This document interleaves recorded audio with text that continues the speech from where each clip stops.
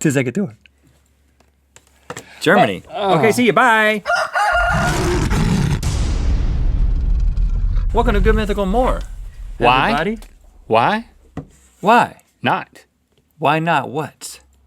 Why not what I'm so confused right now. Why not what? I'm so confused right now. Exactly.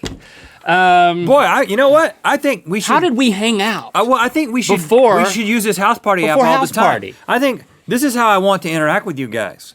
When we do this show, I would really like it if you guys were not here and I could just see your face on a phone over here, and then I have the option of looking at you if I want. Or vice versa. I mean, you don't have to look at us. Matter of fact, everyone's exercising the option to not look at us right now. About half the time. They're all working. And I'll also point out something ironic about us testing the limits of digital friendship is that we ended it with like a TV theme song so old that they didn't even understand what they we were didn't even singing. know what it was. Right, yeah. All the ones that are enjoying House Party are like, what is, did they make up an original song that's not funny? So that was Stevie's idea.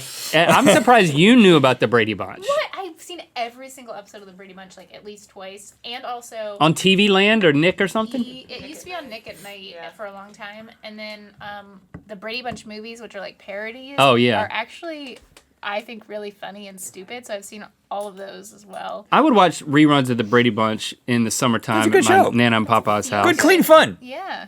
I think I watched Green Acres on Nick at Night. I haven't gone back that far. I watched Green Acres. Yeah. Green Acres is the place to be. Yep. Yeah, Farm living is the life for me. I love that. It was very simple. It was like, all right, city girl, country boy, and then that guy that talks like this is also in it. Wasn't he also in Green Acres? What was his name? I don't know. I don't think I've never. I never seen saw it. Yeah. But What did we do before the future of our hangouts, which is all in House Party, right? Well, I mean, And we were not paid by House Party, by the way. You're welcome, House Party inventor. Yeah. We just randomly chose one of the apps, and it was you. There was like 71 reviews on iTunes. Let's We see really sold on it, the though. App Store. We really made Yeah, we people really want it. sold it. You can get together and sing the Brady Bunch with your friends. Well, one thing is we didn't do a lot of chilling. I mean, I've thought about this lately, and this is actually one of the things that was in the article.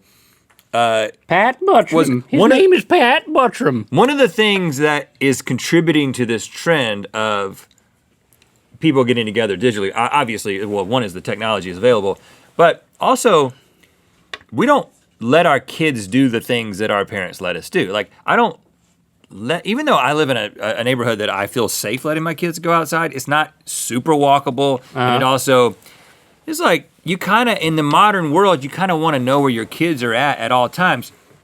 And we had a totally different thing with our parents. It was like, they just wanted to know that we would be home before dark, right? And that literally was— Home for dinner or you don't eat dinner. That was it. That was the only requirement, but there was no geolocating the kid at any point, and there was no contacting the kid at any point. And but now it's like, oh, I know where my kid is at, but he can still hang out with his friends.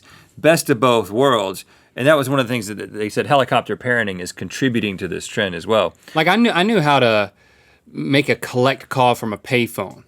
Like that's something only prisoners know how to do now. Right. You know, it's like every kid knew what now only prisoners know how to do.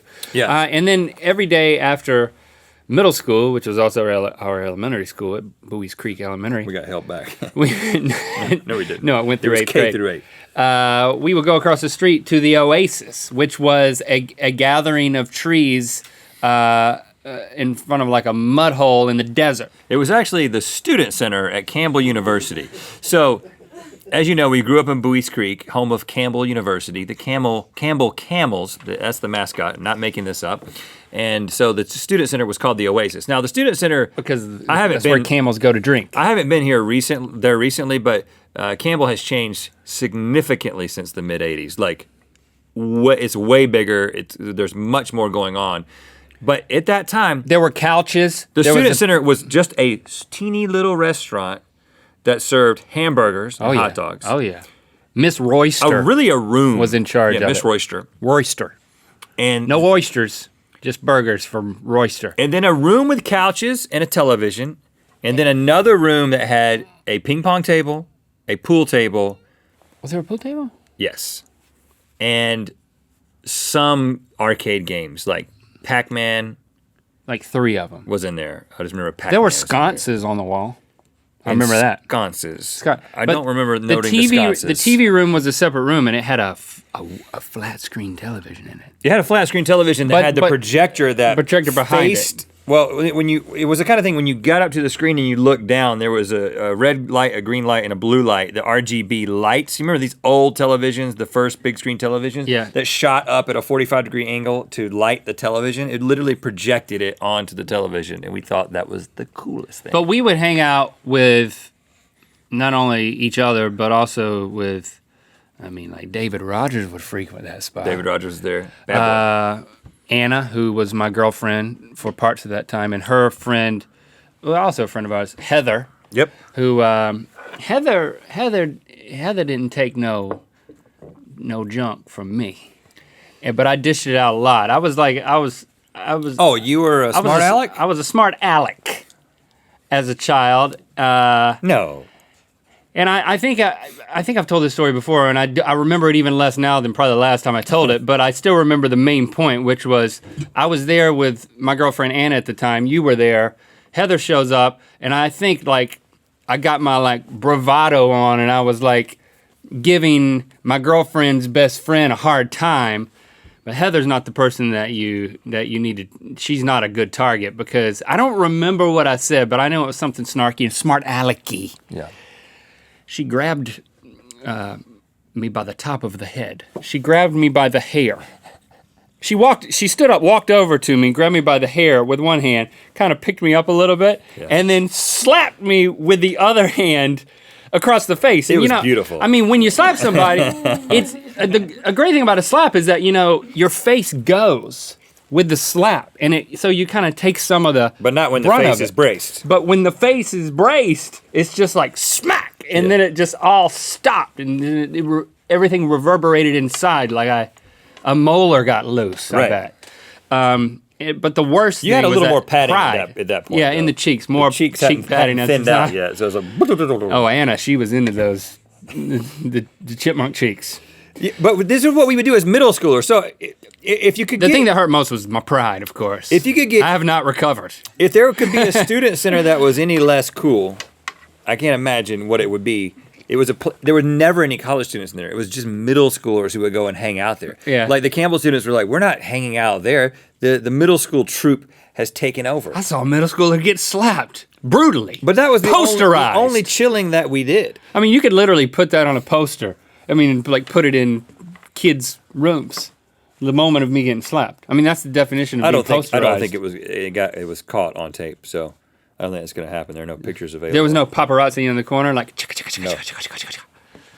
Well, that's why our youth was short-lived Are you going to let your kids? because there was no paparazzi. Are you around. going to let your kids do this thing? Because this is. Oh yeah, I'm this is teaching. coming I'm soon. teaching Lily the grasp and slap right now. If that's what you mean. No, I'm talking about the live chilling. Are you gonna if you walk into No. a room and you see your Yes. kids I on don't on an app and there's 3 or 4 of their friends, are you gonna be like, I knew this was coming and this is just who I am. I'm a parent of one of these now. Yeah, I am a parent of 3 of these. Yeah. So yeah, I as long as I know who the kids are for the most part. After background checks, yes. I think as long as you maintain the kids maintain the ability to have a conversation with a person and look somebody in the eye and engage, I think that they can do the video chatting. But if they can't do that, no video chatting. You can't let that be the only way that you communicate with people. And then if you can't look people in the eye and you just mumble a little bit like that. Yeah. I can't do that. We can't have that. Learn to enunciate. Yeah, please. Thanks for sticking around for Good Mythical More. If you want to watch more, well, we don't have Good Mythical more, but we do have a lot more videos. Here's 2 of them. Also, click the circular channel icon to subscribe.